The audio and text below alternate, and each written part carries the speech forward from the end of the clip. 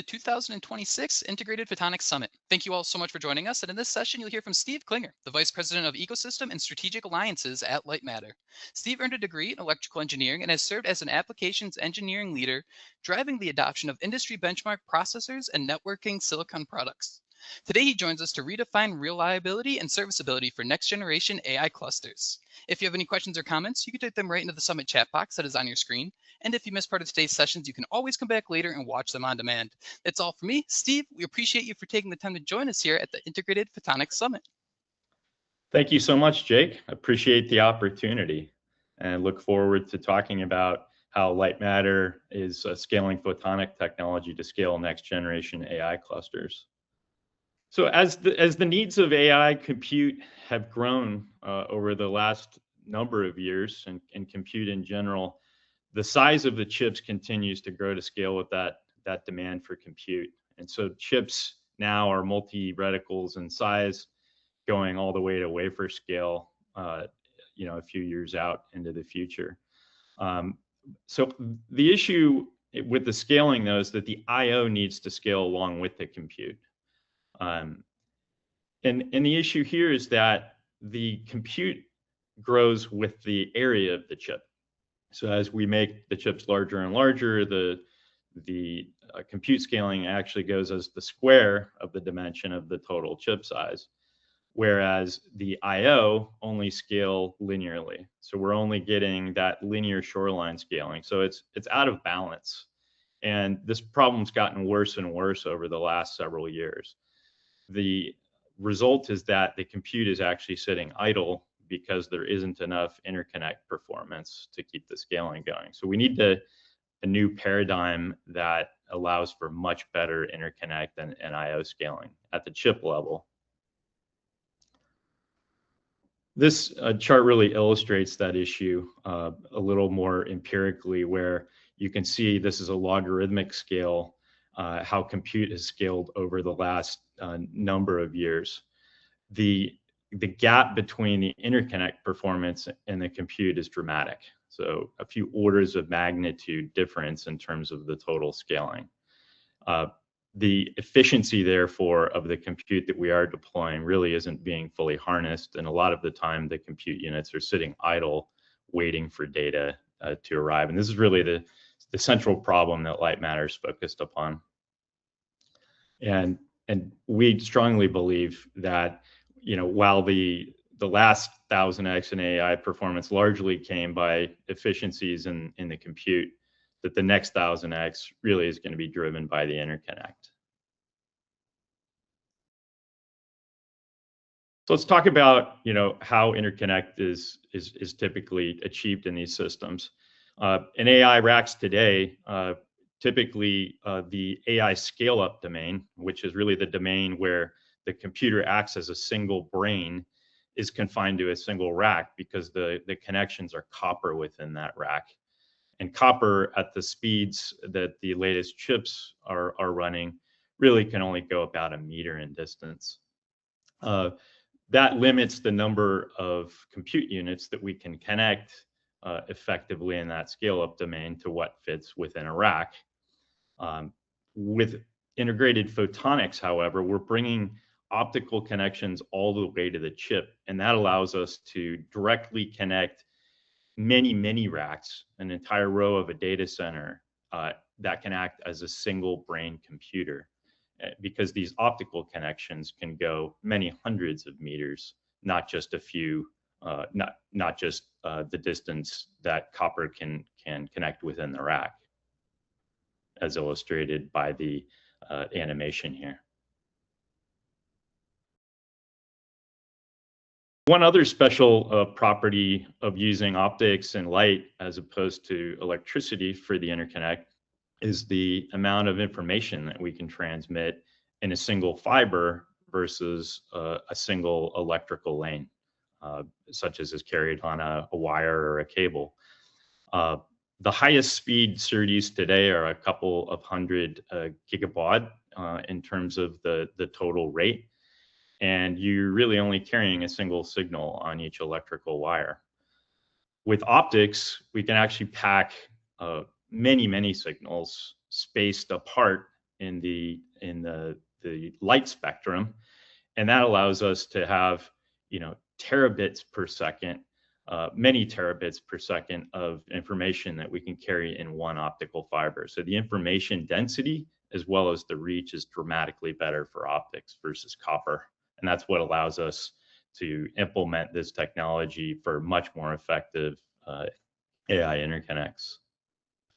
The result being that really what we're trying to build ultimately is a single brain million GPU or XPU data center. And photonics is really the only solution that can allow this to happen. As the industry has recognized the challenge of the copper-based interconnect, they've been seeking to integrate optics closer and closer to the chip in order to address the issue. And the first solution that's still very prevalent in the industry is just using pluggable optics. The issue is that pluggable optics are limited in terms of their capacity, speed.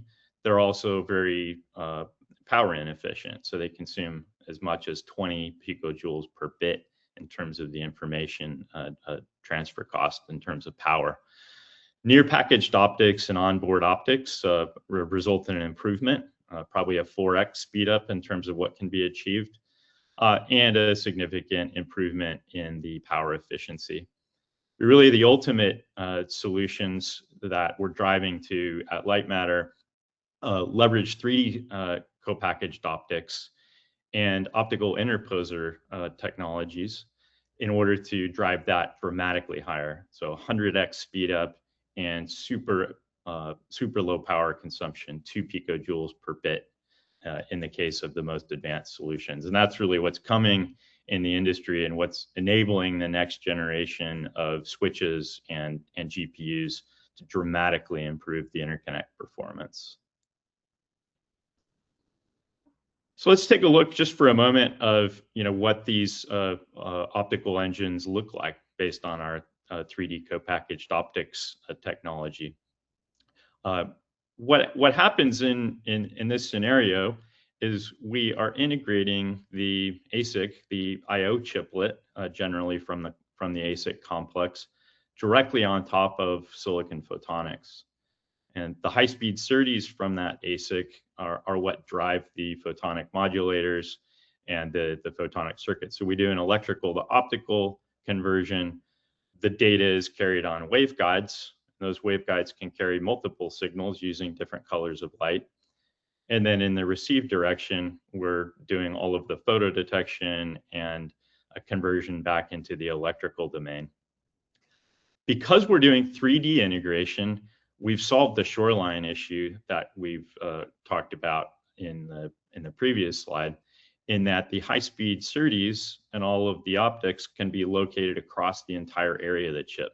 So we're now getting area-based scaling instead of shoreline-based scaling, which has effectively allowed us to eliminate that shoreline bottleneck that's plagued all the solutions up to this point. And that's really one of the most powerful aspects of these 3D integrated technologies. So next, I'd like to focus in on a couple of the challenges in deploying this type of technology and some of the solutions that we've been working on to address the ability to deploy this 3D co-packaged optics technology that we call passage at extremely high volume, as is needed for hyperscale data centers. There's more than just these two things that I'm going to talk about, but these are two of the key challenges, and so I'll drill into a couple of them. The first challenge is when we're bringing this much bandwidth, many terabits per second, perhaps as much as over 100 terabits per second into a single chip optically, there's a lot of fibers that we need to attach. And that fiber attach needs to be done very effectively. So the process needs to be fast.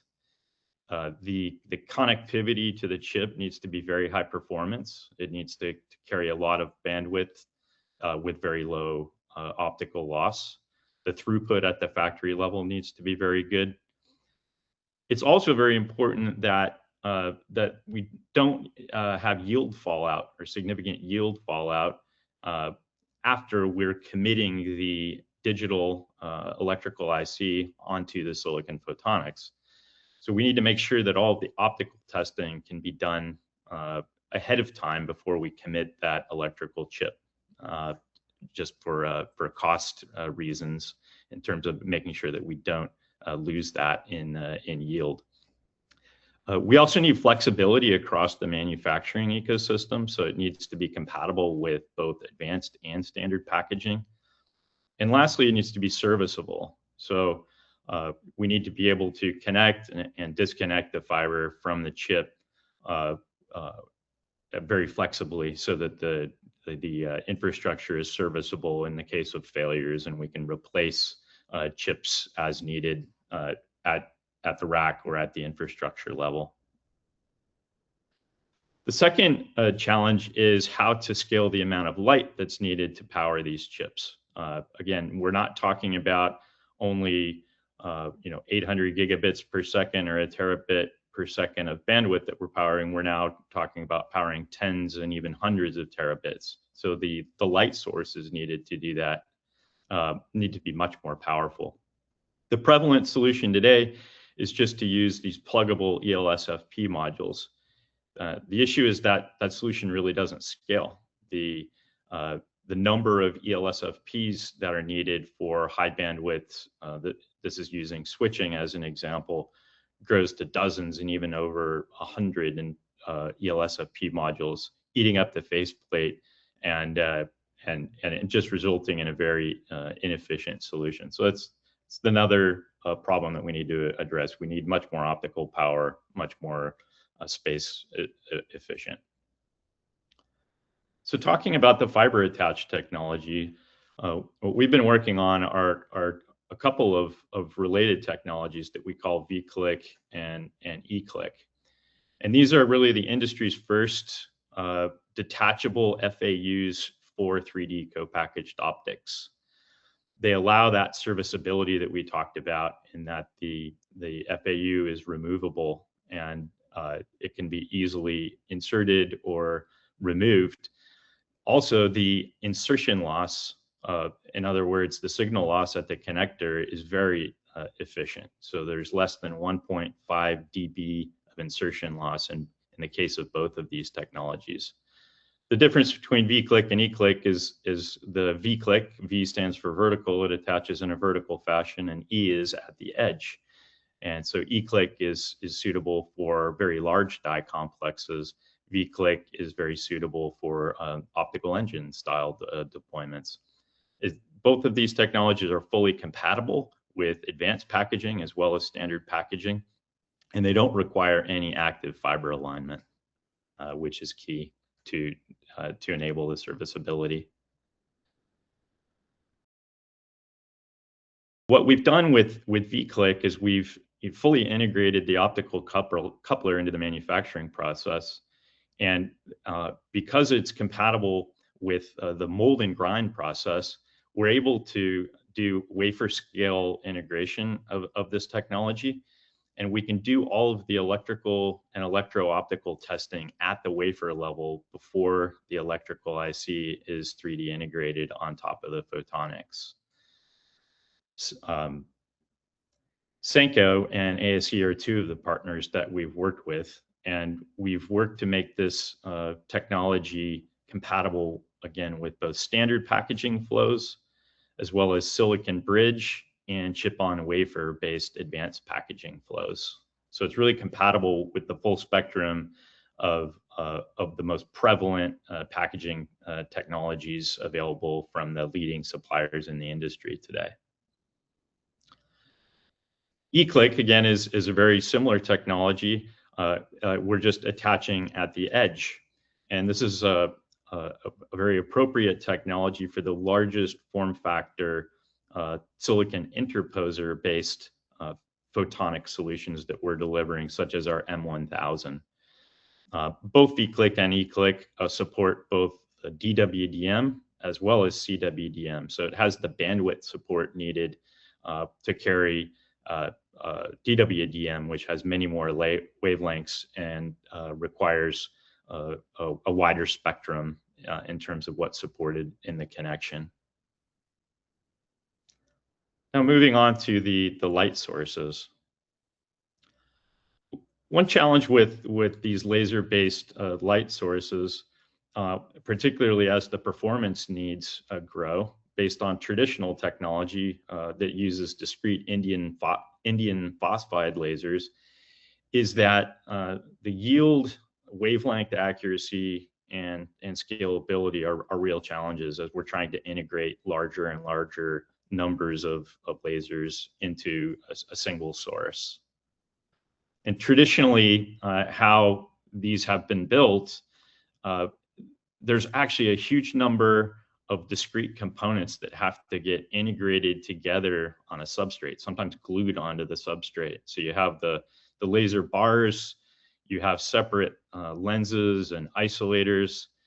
If you're trying to put multiple colors of light onto a fiber, you have multiplexers.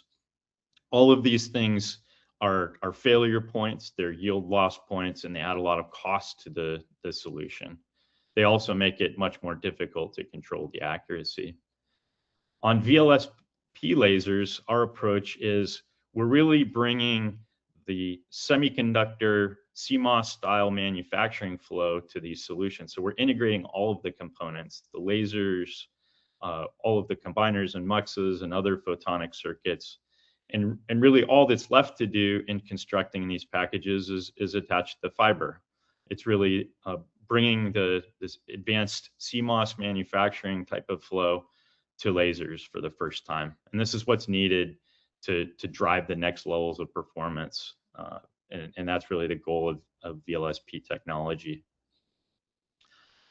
One other key requirement in lasers is the ability to very accurately control the color of the light, the frequency of the spectrum. So with traditional discrete approaches, the challenge is that as the substrate is heated, there's coupling between the various lasers. They tend to drift together, and it's very difficult to control them accurately. With VLSP, we have very localized heating that we can employ to completely accurately tune a laser to a given wavelength. The lasers don't couple to one another, so each wavelength we can precisely control individually. We don't have the issue of all of the coupling. The other ability that we have, because we have tunability in the lasers, is we can put redundant lasers in at the light source, such that if one particular laser fails, as an example, we can swap in a redundant laser and tune it to the appropriate wavelength. And this can be done in an automated fashion. So it's a very significant improvement in terms of the reliability of these solutions. And you can come up with various redundancy schemes based upon the number of redundant sources that are desired. The other benefit of having this tunability and controllability is that at the manufacturing level, we can make a single light source, and at the manufacturing level, it can be identical, but then at the configuration level, we can use it to achieve various wavelength grids. Not all optical links are the same. There are various standards that need to be supported with different numbers of colors and different frequency characteristics. So because we have tunability, what this allows is a single solution to address a range of different optical link technologies. The result is a very compact solution. And I'll talk a little bit further about our guide solution, but we're integrating these VLSP lasers into very compact modules that, contrasted with the traditional ELSFP pluggable type laser source, are dramatically more efficient in terms of the space that they require. They can be integrated straight into the chassis. So talking a little bit about the particular solutions that we're providing, Passage is our photonic interconnect technology, and we have two various form factors that we offer. The first is the L series, 3D co-packaged optics.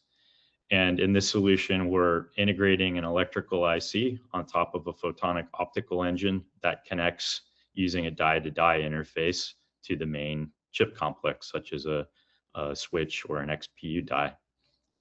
In the case of the M series, we're integrating the entire chip complex directly on silicon photonics. And this is really where the direction of things go, looking a few years out into the future.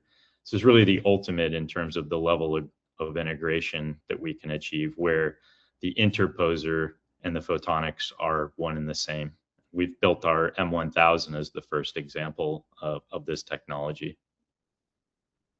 In terms of the actual application sets, looking at using the L series, here's a representative example of a XPU that, using two optical engines, L series based, can achieve 64 terabits of connectivity, and a switch that achieves 200 terabits of connectivity.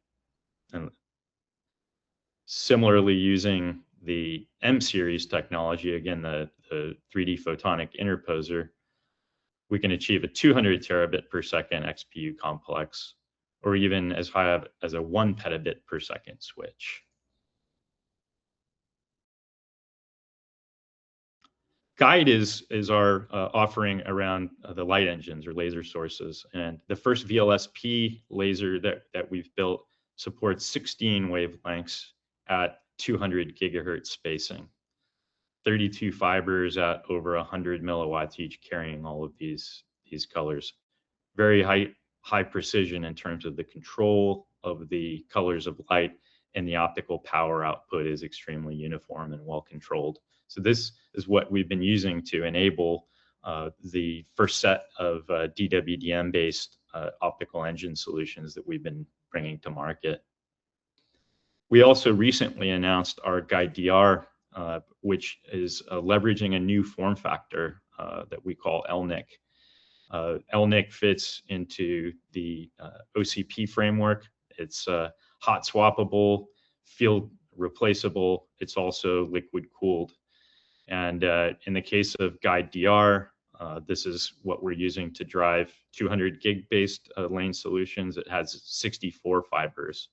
And so a single module here can power roughly 51 terabits of optical bandwidth. So to build a 100T type of a solution, we only require a couple of modules at the system level. Really appreciate the opportunity to preview some of the challenges and things that Lightmatter is doing to address the challenges in the market to make the next wave of AI scalability possible using 3D integrated photonics. Thank you, Jake. And Steve, thank you so much for sharing how detachable modular optical interfaces are helping address the interconnect wall. Before we wrap up here, I just want to remind everyone in the audience, if you haven't already, you can go ahead and type your questions and comments into the Summit chat box. And do not worry, if you have not been answered yet, you will be reached via email at a later date. This session is hosted by us at Photonics Media, and we certainly hope you're enjoying the Integrated Photonics Summit. Thank you all so much for joining us.